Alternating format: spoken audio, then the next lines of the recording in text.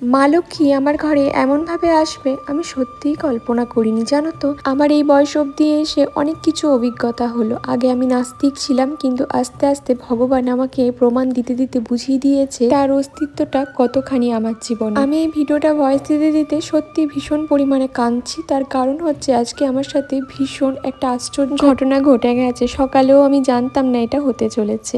Hello everyone, আমি বৃষ্টি। আমার এই ছোট্ট সংসারে তোমাদের সকলকে স্বাগত।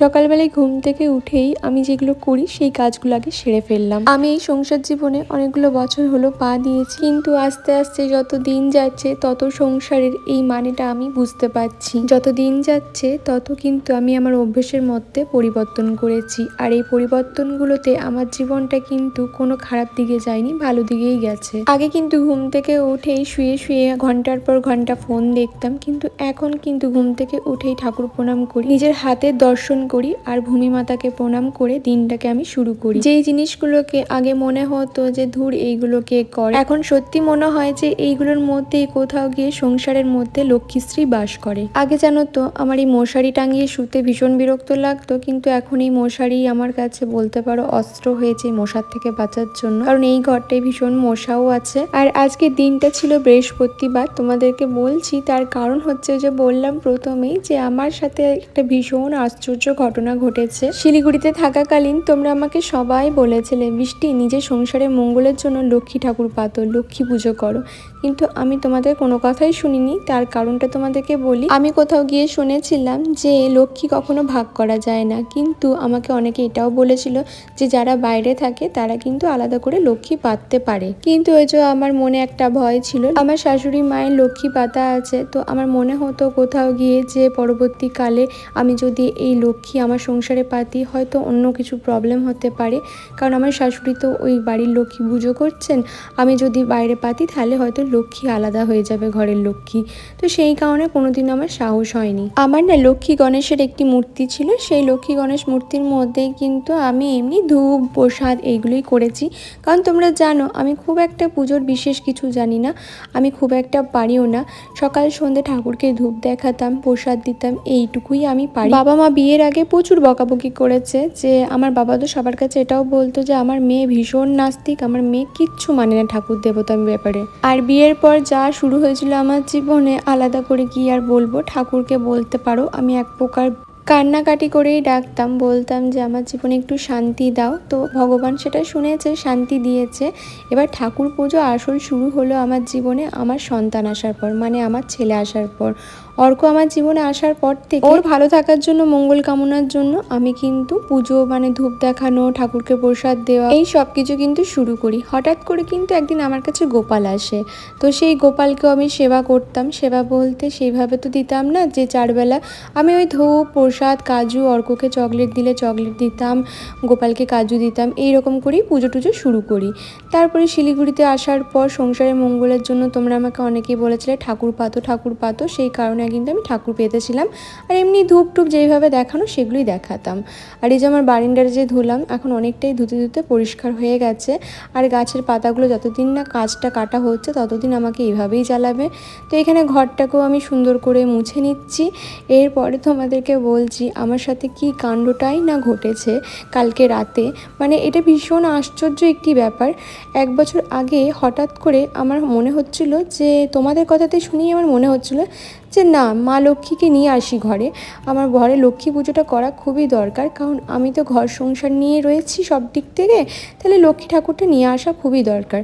তারপরে হঠাৎ করে আবার অনেকেই আমাকে বলে যে দেখ, লক্ষ্মী পুজো করা তো খুব একটা চারটিখানি কথা নয়, লক্ষ্মী পুজোর অনেক নিয়মকানুন আছে।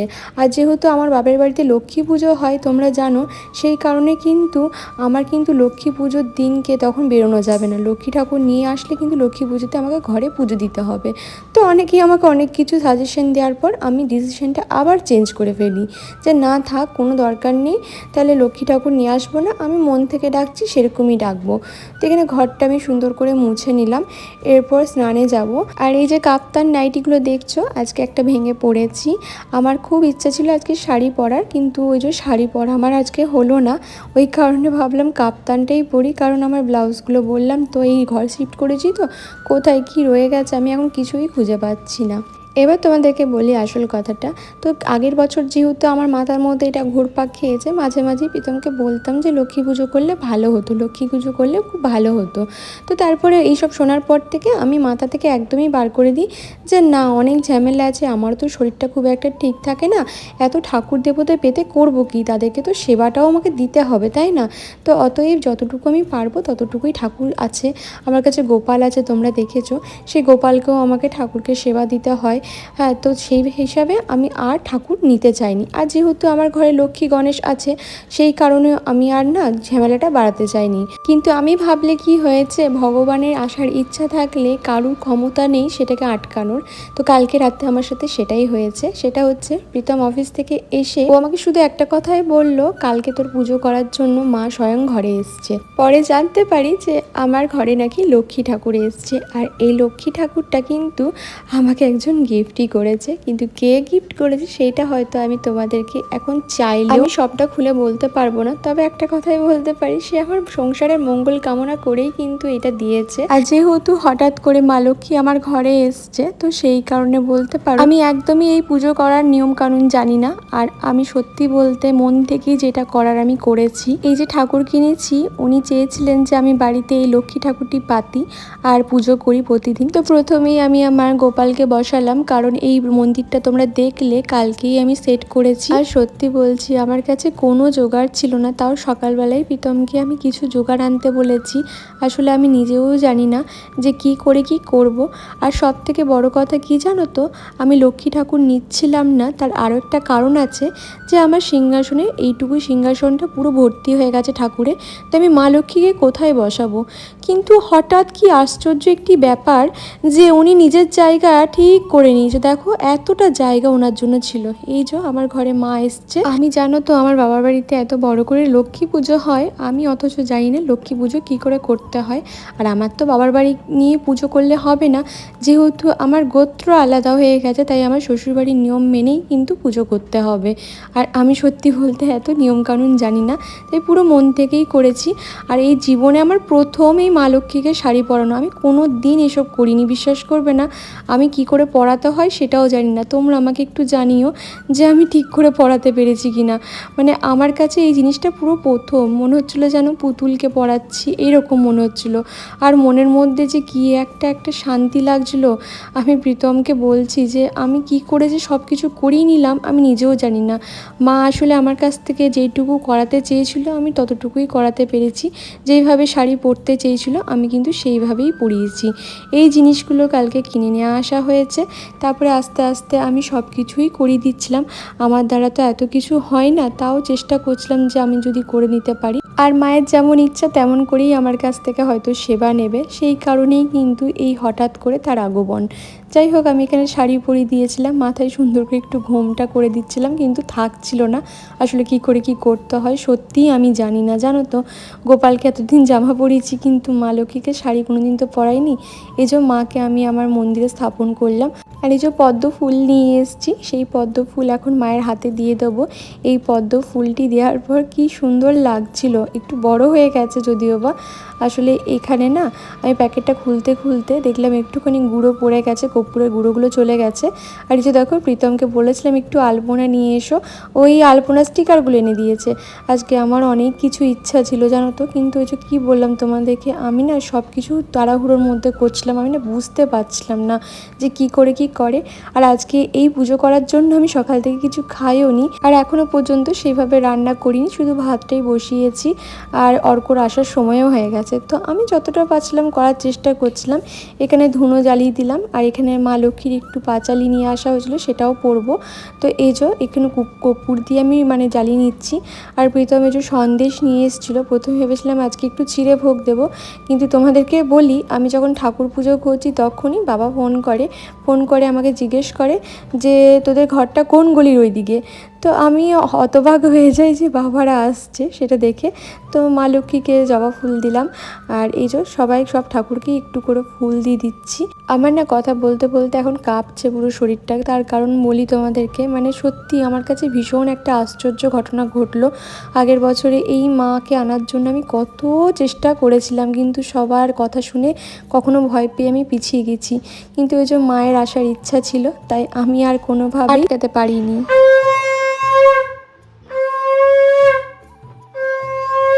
গাজন হচ্ছিল, গাজনের মেলা। হ্যাঁ, মানে এইটাকে ওরা রুম ধরে নিয়েছে। আমার পুজোটাও শেষ হয়নি, মানে আমি ভেবেছিলাম যে ধুনুচিটা নিয়ে পুরো ঘর দেখাবো, আরও অনেক কিছু কাজ বাকি ছিল, কিন্তু তা করতে করতে হঠাৎ করে বাবা তার বৌমনিতে আসে না বলেই আমাকে এসছিল। আর দেখো ওরা হাতে করে সবই নিয়ে এসছিল।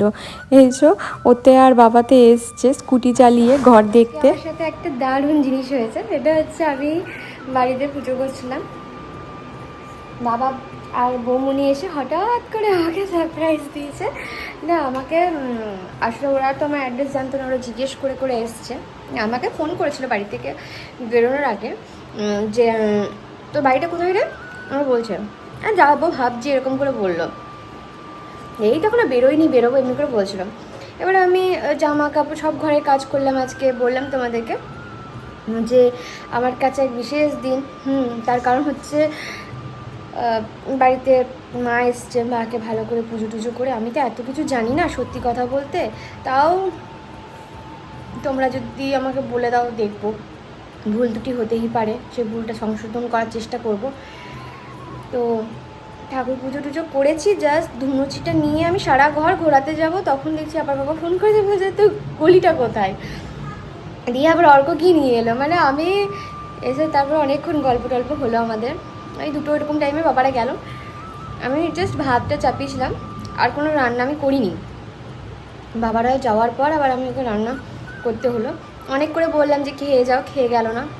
ওরাই মিষ্টি জল সব কিছু নিয়ে এসেছিলো, মানে অর্কর জন্য ঠান্ডা নিয়ে এসেছিলো, তারপরে মিষ্টি টিষ্টি নিয়ে এসেছিলো, ওইগুলো থেকে দিলাম। কারণ তোমরা জানো আমি নতুন শিফট করেছি, আমার ঘরে এখন বলতে পারো নাইবো নাইবো এরকম অবস্থা। তো ঠাকুরকে যে সন্দেশগুলো দিয়েছিলাম সেইগুলো দিয়েই ওরা এলো, দিলাম। তারপরে একটু গল্প টল্প করলাম, বসলো। আমার বাবা এসে আর বৌমনি এসে একটা কথাই বলছে, তোমার ওই বাড়িটার থেকে এই বাড়িটা বেশি সুন্দর হয়েছে। আর তোমরা জানো মেয়েদের কাছে বাবাদের ইয়েটা কতটা হ্যাঁ। আর সত্যি কথা বলতে ও না, মানে আমার বৌমনি, আমি একটু ওকে ভালোবাসি সত্যি কথা বলতে। ননদ বটি তো, ওই যে ভালোবাসি কথাটা বললে আবার অনেকে আবার আমাকে তেড়ে আসে যে ননদরা কখনো বৌদিদেরকে ভালোবাসতে পারে না, আর বৌদিরা নাকি ননদদেরকে কখনো চোখে দেখতে পারে না। ওই জন্য আমি আর সোশ্যাল মিডিয়াতে বেশি বলি না এই ব্যাপারটা নিয়ে। তো আমি ওকে একটু বেশি ভালোবাসি, ও আমাকে ভালোবাসে। তো ও এসে একই কথা, মানে ও এসছে, আমার খুব ভালো লাগলো। আমি ভেবেছিলাম বাবা মাদেরকে একদিন ডাকবো, আমি জোয়ান খাচ্ছি ওই জন্য থেমে থেমে কথা বলছি। আমি ভেবেছিলাম বাবা মাদেরকে একদিন ডাকবো, আমি একটু ঘরটা গুছিয়ে নিই তারপর ডাকবো, এইভাবে চলে আসে আমি ভাবিনি। যাই হোক এলো, এসে দেখে গেল ঘরটা, খুব পছন্দ হয়েছে। এবার আমি ওরা যাওয়ার পর মাছ ভেজে একটুখানি অর্ক আমার খুব লক্ষ্মী ছেলে, জানো তো, খুব লক্ষ্মী ছেলে। এই বাবারা যাওয়ার পর একটু মাছ ভেজে দিলাম, ওই দিয়েই ভাতটা পুরো খাইয়ে দিলাম, খেয়ে নিলে লক্ষ্মী ছেলের মতো ঘুমিয়ে গেল। এই যে লক্ষ্মী ছেলে শুনতে এসছে এখানে আবার। হ্যাঁ খেলবো, আমি একটু কথা বলিনি, যাও এখন। ঠিক আছে। তো এবার উঠে মানে ঘুমাইনি, আমি একটুখানি এডিটিং করছিলাম ভিডিও, তারপরে হঠাৎ করে এত ঝড় বৃষ্টি বাইরে শুরু হয়েছে, এখন একটু থামলো, কারেন্টটা চলে গেছিলাম, কিছু করতাম না, একটু চা খেলাম। এরপর রাতে রান্না করব। সকালে আমরা রান্না করিনি, ভাতটা করেছিলাম আর একটুখানি জাস্ট ওই মাছ ভেজেছিলাম, আর কিছু করিনি। তো এখন এবার রাতের রান্নাটা করবো। সন্ধ্যের দিক দিয়ে না কারেন্ট চলে গেছিলো, সেই কারণে প্রীতম বলল আর আলু ভাজা করতে হবে না, আমি রুটি নিয়ে যাচ্ছি। আর বাবারা সকালবেলায় মিষ্টি নিয়ে এসেছিলো, আমার খুব পছন্দের মিষ্টি হচ্ছে ছানার জিলাপি, বাবা আর বৌমনি মিলে নিয়ে এসেছিলো, সেটা দিয়েই রুটি খেয়ে নিয়েছি। আর এসো আমার যেহেতু চাদরটা কাচতে দিয়েছি, আর আমি ভেবেইছিলাম এই কমফোর্টটা বার করব, কারণ এসি চললে না রাতের বেলা একটু ঠান্ডা ঠান্ডা লাগছে। এই এসি কমফোর্টটা আমি অনলাইন থেকে নিয়েছিলাম, তো জিনিসটা তো বেশ ভালো ছিল। আমি আবার প্যাকেটে করে মুড়িয়ে রেখেছিলাম, কারণ এই ঘর শিফট হচ্ছিলো, তো ভেবেছিলাম নোংরা হয়ে যাবে। আর ওই ঘরে না আমি এটা পাততে পারিনি, কারণ আমাদের ওই ঘরে এসি ছিল না, আর ঘরগুলো প্রচুর গরম থাকতো। কিন্তু এই ঘরের এই একটা সুবিধা তোমাদেরকে বলি, এই ঘরে জানো তো কারেন্ট না থাকলেও ঘরগুলো এত ঠান্ডা, মানে ফ্যান চালিয়ে বসতে পারি না। আর আমি জানো তো এখন তো ভয়েস দিচ্ছি, ফ্যান অফ করে দিচ্ছি, আমার কোনো অসুবিধা হয় না এখন। মানে আমি শুধু প্রীতমকে ওটাই বলি যে ঘরটা কি ঠান্ডা। তো দেখো এটা এটা দুদিকে দুটো কালার আছে। আর এখানে প্রীতম বলছে এটা অর্ক কতদিন পরিষ্কার রাখবে, ওই কারণে আমি হাসছিলাম। আমি এটা বার করলাম গায়ে দেওয়ার জন্য, কারণ ঠান্ডা ছিল, প্রচণ্ড পরিমাণে ঠান্ডা লাগছিলো রাতের বেলায়।